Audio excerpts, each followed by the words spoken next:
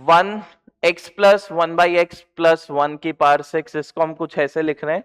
तो हमें ए नॉट की वैल्यू चाहिए। ए नॉट यानी इस एक्सपेंशन में अगर आपके पास टर्म इंडिपेंडेंट ऑफ एक्स का कोफिशिएंट, क्योंकि ए नॉट कांस्टेंट टर्म ही तो है, और बाकी इसके अलावा देखो कहीं पे भी आपको कांस्टेंट टर्म तो मिल नहीं रहा है, यहाँ पावर 6 है या -6 है, कहीं नहीं मिल रहा, तो हमें कांस्टेंट टर्म चाहिए। तो मल्टीनोमियल यूज करें, 6 फैक्टोरियल x की पावर a 1/x की पावर b 1 की power c whole divide by a factorial b factorial c factorial. इसको हम ऐसे लिख सकते हैं 6 factorial over a factorial b factorial c factorial x की पावर a माइनस b। 1 की पावर c तो हमेशा 1 ही हो जाएगा।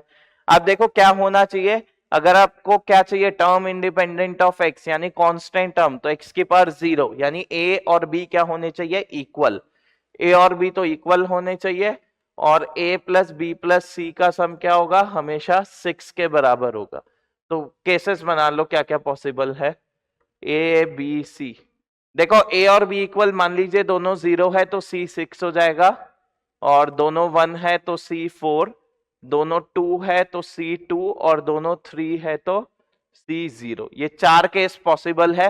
तो आपका आंसर क्या हो जाएगा, बस इनकी वैल्यूज रख के ऐड कर दो, 6 फैक्टोरियल बाई 6 फैक्टोरियल, और कोई कांस्टेंट टर्म तो है नहीं, plus 6 factorial by 1 factorial 1 factorial 4 factorial, plus 6 factorial by 2 factorial 2 factorial 2 factorial, plus 6 factorial by 3 factorial 3 factorial.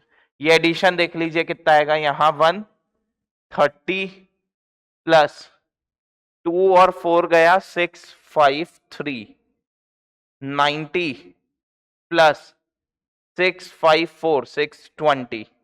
तो ये देख लो कितना बन रहा है आपका, 120 140 141 बन रहा है, 141 यानी ऑप्शन सी।